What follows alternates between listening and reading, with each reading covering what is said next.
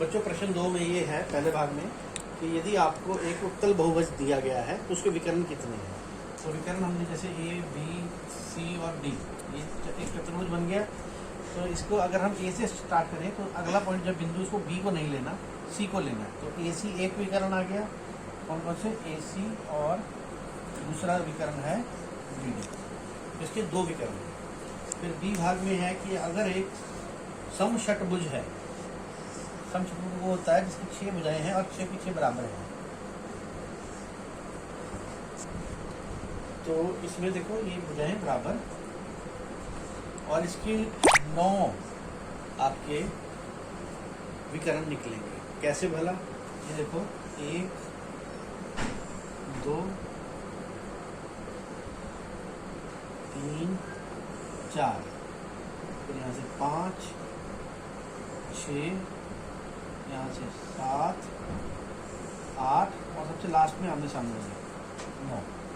तो इसके 9 विकर्ण है। फिर सी भाग में आया कि त्रिभुज है अगर कोई, तो उसके कितने विकर्ण है। तो उसका कोई विकर्ण नहीं होगा, क्योंकि यदि यहाँ से शुरू करते हैं तो ये वाला छोड़ के बिंदु इन दोनों शीर्षों को मिलाएंगे तो ये त्रिभुज ही बनता है। फिर इसके बाद जो अगला है कि उत्तल चतुर्भुज के, जैसे क्वेश्चन नंबर 3, उत्तल चतुर्भुज के कोणों का योग कितना होगा। तो इसको 2 उसमें बांट दें तो 180 ऊपर और 180 नीचे, तो ये 360 डिग्री होगा। 360 डिग्री। हमने क्या किया है, हमने चतुर्भुज को 2 त्रिभुजों में बांट दिया है और त्रिभुजों का कोण योग गुण लगाया। ऊपर वाले तीनों कोणों का जोड़ 180, नीचे वाले तीनों कोणों का जोड़ 180, तो उस पूरी आकृति का जोड़ दोनों मिला के 180 180 360 डिग्री होता है। और यदि ये सम ना हो, मान लो ये ऐसा है,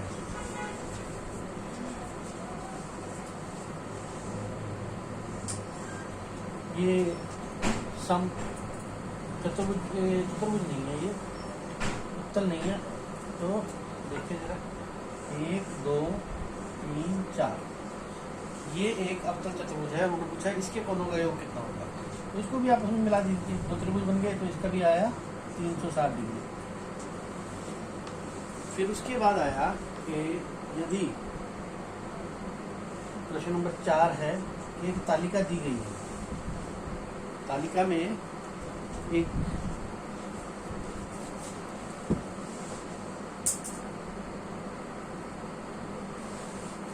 तालिका मैं आपको बताता हूँ, और इसमें बहुभुज की भुजाएं दी गई हैं और दिया गया है कि एक साधारण फार्मूला जो है वो कैसे अप्लाई होता है। जैसे त्रिभुज में भुजाओं की संख्या है 3, तो इसका अंतः कोणों का योग हो गया 180 डिग्री।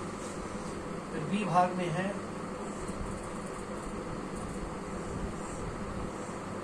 ये है एक चतुर्भुज, तो इसमें 2 गुणा 180 हो गया, वो हो गया 360 डिग्री। फिर इसके बाद पंचभुज है,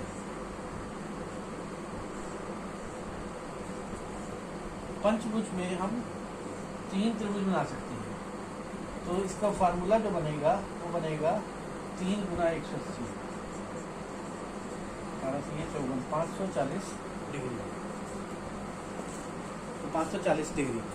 इसके अलावा षटभुज है अगर कोई, तो जैसे 1 2 3 4 5 और 6, तो इसमें हम कितने को बांट सकते हैं, 1 2 3, तो ये 4 त्रिभुज बन जाएंगे। तो 4 गुणा 180,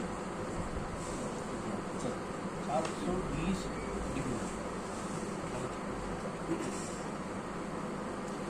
तो इसमें फार्मूला क्या निकला जाएगी, अगर n भुजाएं हैं तो उनका योग बनेगा n-2 गुणा 180 डिग्री। तो ये इसका प्रश्न का चौथा भाग है। पहला भाग देखेंगे, पहले भाग में है 7 भुजाएं। पहले भाग में भुजा बराबर है 7, तो कोण योग कितना बना, 7 - 2 गुणा 180 डिग्री। 5 गुना 180 डिग्री, ये 900 डिग्री आएगा। फिर दूसरा है 8, ये छोड़ दूँ, ये आप अपने आप करेंगे। 8 माइनस 2 करना है और 180 से गुना करना है। फिर तीसरे में 10 है, 10 माइनस 2 गुना 180 डिग्री, तो ये आपने खुद करना है। फिर अगला सवाल जो है 5वां, समबहुभुज किसे कहते हैं? क्वेश्चन नंबर 5वां। तो वह बहुभुज जिसकी सभी भुजाएं समान हो, भुजाएं समान हो, उसे समबहुभुज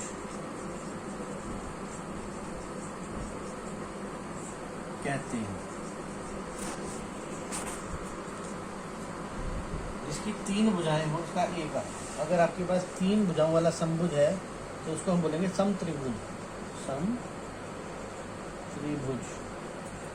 फिर उसके बाद बी भाग में है, यदि उसकी 4 भुजाएं हैं तो ये चारों बराबर है, तो इसको हम बोलेंगे समचतुर्भुज, समचतुर्भुज। फिर उसके बाद सी भाग में है, यदि इसकी 6 भुजाएं हैं, जो भी बनाई थी हमने वैसे ही, तो उसका नाम आएगा समषटभुज।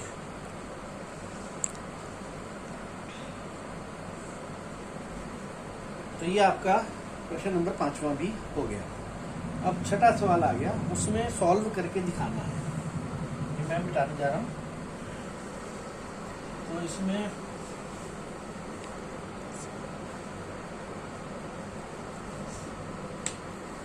चलो बच्चों, आज के लिए इतना ही करो, तुम छठा सवाल कल कराएंगे।